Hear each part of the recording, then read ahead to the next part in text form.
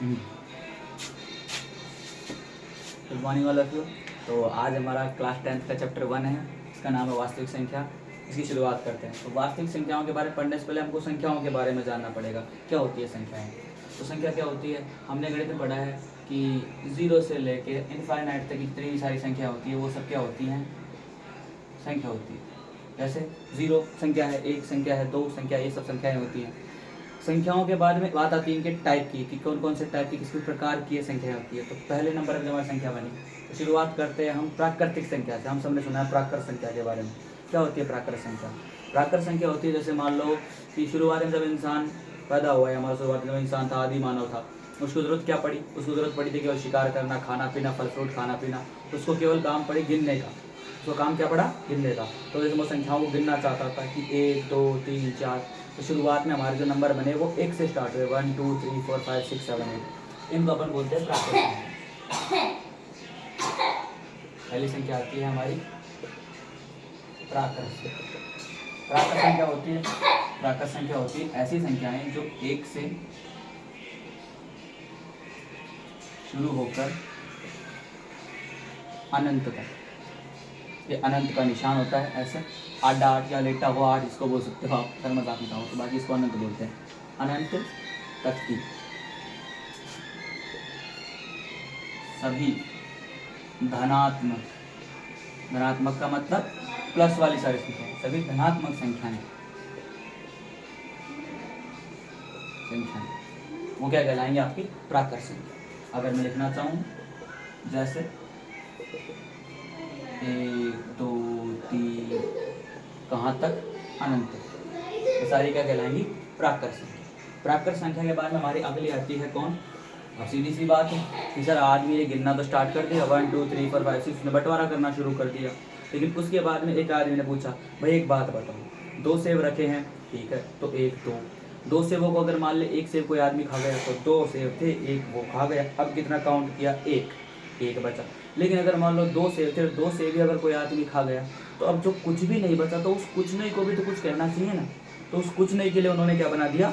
0। तो वहाँ से उन्होंने नया नंबर ले लिया 0।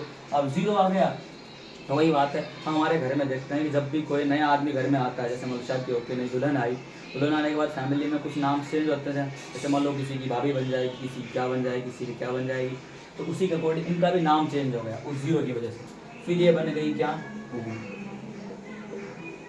प्राकृत संख्या ही क्या बन गई? पूर्ण संख्या। असल में प्राकृत ही पूर्ण बनी, लेकिन किस वजह से? बस ये 0 की ऐड करने की वजह से। इन नंबर्स में अगर मैं एक 0 और ऐड कर दूं तो वो क्या बन जाती है? प्राकृत से पूर्ण। तो इनकी परिभाषा अगर आप लिखना चाहो तो 0 से शुरू होकर और वही अनंत तक की सभी धनात्मक, यानी कि प्लस की, क्योंकि अभी हम ऋणात्मक में नहीं गए, अभी वो लोग काउंटिंग कर रहे थे तो उन्होंने देखा 1 2 3 4 वो काम में आया, तो उन्होंने प्राकृत संख्या बनाई, यानी प्राकृत से तो प्राप्त की। उसके बाद उन्होंने सोचा यार ठीक है काउंटिंग तो कर लेंगे, लेकिन कोई चीज़ नहीं है, बिल्कुल ही नहीं है, उसको किससे बताएंगे? तो उसके लिए उन्होंने 0 का आविष्कार कर दिया। तो 0 से शुरू होकर अनंत तक की सारी संख्याएं धनात्मक, वो क्या कहलाती हैं? आपकी पूर्ण संख्या। इनको आप कैसे लिखोगे? जैसे 0 1 2 3, यानी ये नंबर्स भी इसके अंदर आ रही हैं, लेकिन इसमें 0 और ऐड कर दिया, इसलिए इसका नाम प्राकृत से क्या कर दिया?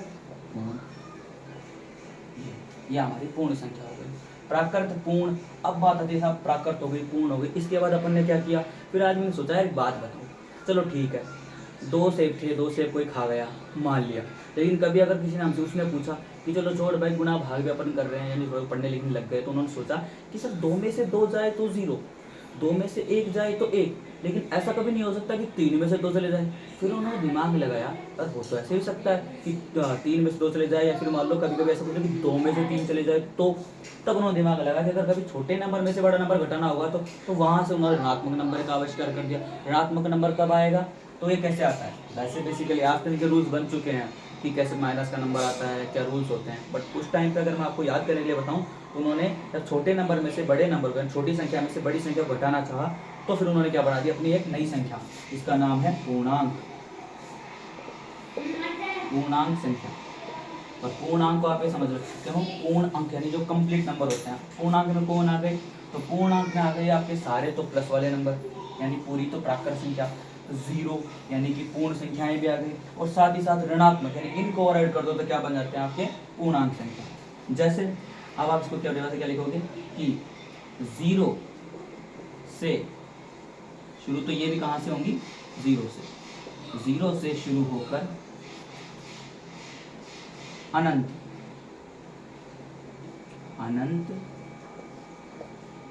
तक की सभी, लेकिन अब की बार केवल धनात्मक नहीं, धनात्मक व ऋणात्मक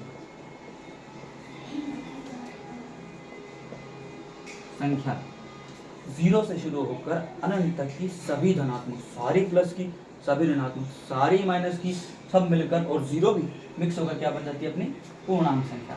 तो इसमें अपन क्या लिख सकते हैं, तो सर एक बात बताओ, जीरो तो सेंटर में आता है, ठीक है, जीरो से अब इन्होंने क्या किया, बंटवारा कर दिया साहब, जीरो है ये बताएगा कौन प्लस की कौन माइनस की, तो जीरो की उधर की साइड दाएं हाथ की तरफ यानी कि राइट हैंड साइड, हम सब जानते हैं राइट हैंड मजबूत होता है ना, तो बस सीधी सी बात है, इसकी राइट हैंड के साथ सारे प्लस प्लस के आए एक तरफ, 1 2 3 4 ऐसे करके प्लस इनफाइनाइट तक।